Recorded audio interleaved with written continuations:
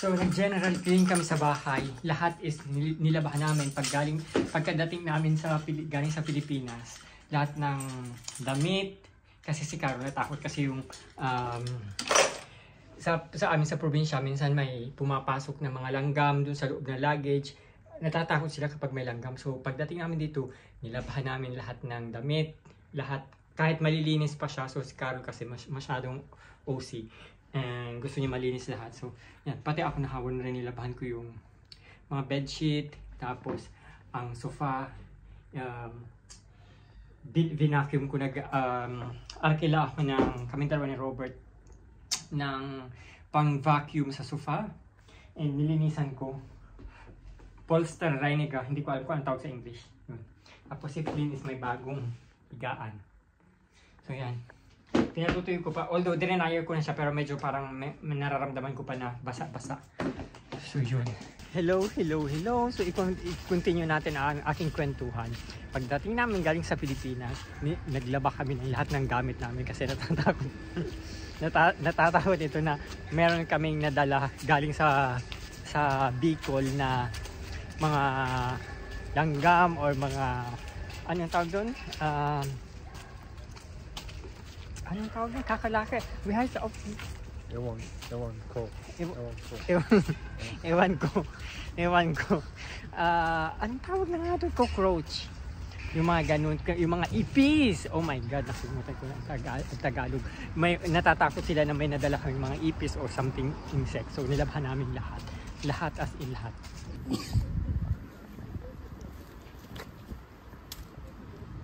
Flynn.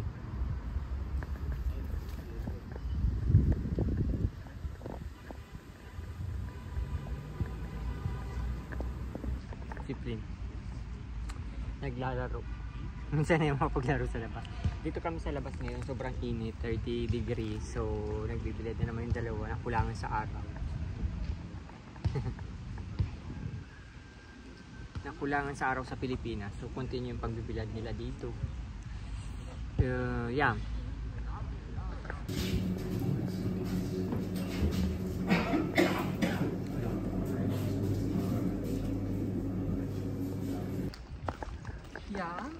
Nag-ice cream kami.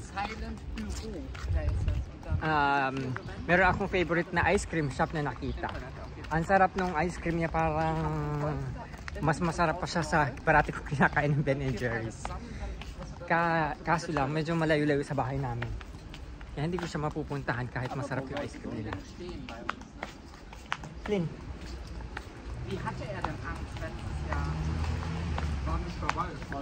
And then after na usual na ginagawa namin, pumupunta sa mga ice cream shop. Tapos dahil summer,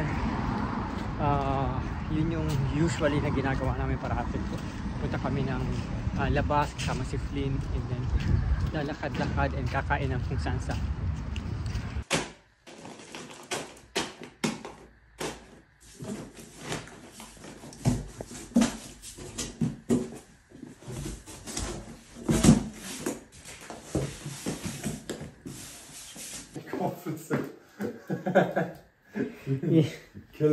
Kinain na naman ni Flynn yung laruan niya. Anyway, meron hindi ko na sa inyo napakita. Ang nasa loob nito is lahat is coffee beans. Lahat. Ipapadala ko sa Pilipinas. Ang dami. Lahat is coffee beans. So, kakapak lang namin. And hindi ko na napakita yung loob. Nakalimutan ko na. But anyway, yeah. Siguro dadating ito sa Pilipinas after 1 month and 1.5 months. Tapos ano pa bang pinagagawa namin? Yun, nag-impake ako ng mga kape na ginagamit dun sa negosyo ko, kasi yung coffee beans na ginagamit namin is sourced out dito. So pinapadala ko siya parati sa Pilipinas, and dito ko binibili. Nakipag-partner ako sa isang coffee shop dito na nagro-roast, kaya masarap talaga yung coffee namin. And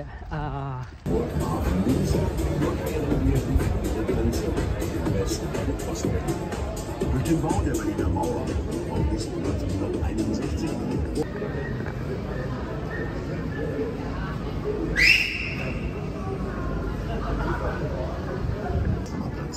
Die weißen Kreuze am Ufer erinnern an die Opfer der Berliner Mauer. To the right.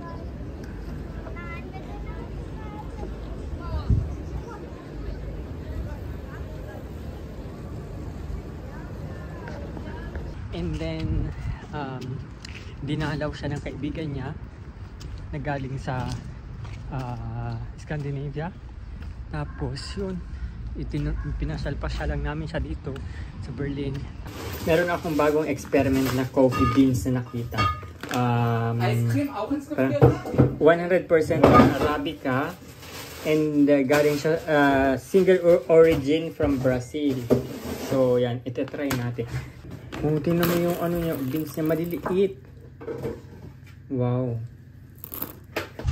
Parati ako nag-experiment ng coffee beans kasi tinitingnan ko kung ano yung masarap na coffee para yun yung gagamitin namin sa negosyo ko sa Pilipinas. And meron ako yung coffee beans na ginagamit namin sa Pilipinas, doon sa business namin, yung business ko sa Dapad ist klein. Die sind so klein, oder? Nee, das sind normale Größen. Nein, die sind kleiner, ja. Ja, vielleicht nehmen die extra kleinere, aber das ist das Dark Roast? Aus Brasil, ja, Dark Roast. Nee, oder Mitte. Warte kurz, nein, es steht nicht hier. Ich muss sagen, nee, ich denke Mitte, weil die glänzen noch nicht, oder? Doch, ein bisschen. Nein, Dark. Aroma, okay. Dunkel ist es, Ja, dunkel. Dark roast. But anyway, yun nga, yung ginagamit naming bean sa Pilipinas is yung imported din galing dito. Dito siya roasted sa Berlin.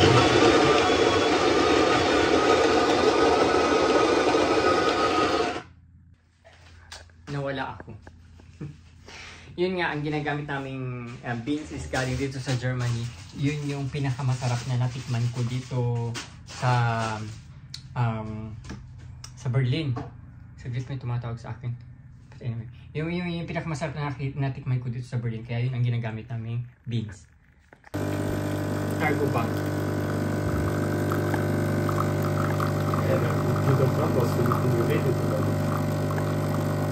Yun.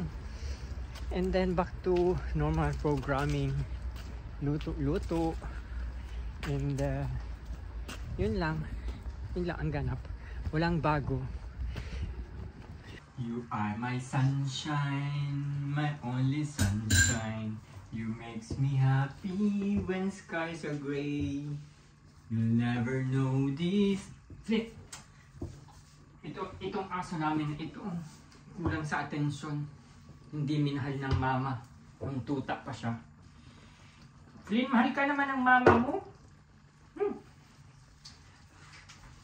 So, nagluluto kami, hindi pala kami, siya lang, ng pasta. Pasta con leche. Pasta, hindi ko alam kung anong tawag dyan, may ano siya, may lax. And, yeah. Gutom na ako. Ako hindi pa kumakain ng dinner. Okay, say hi to my vlog.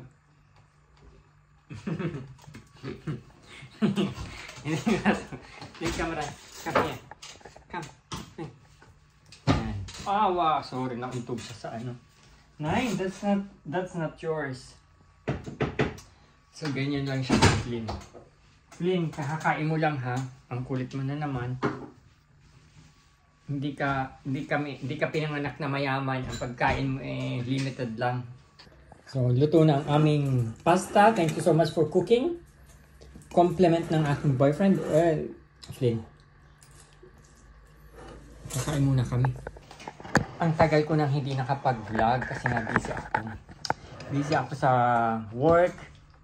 Dala-dalawa na naman ang trabaho ko. Kasi kailangan maghanap buhay para sa future ni Flynn. Malapit na mag-high school si Flynn. Mahal ang tuition. Flynn is of high school? Yeah. We have to pay for his tuition fees. So I have to work twice. Schade. It's nice. Thank you. yun lang. Thank you very much for watching and I will see you again on my next. Papunta kami ngayon ng gym vlog. Bye!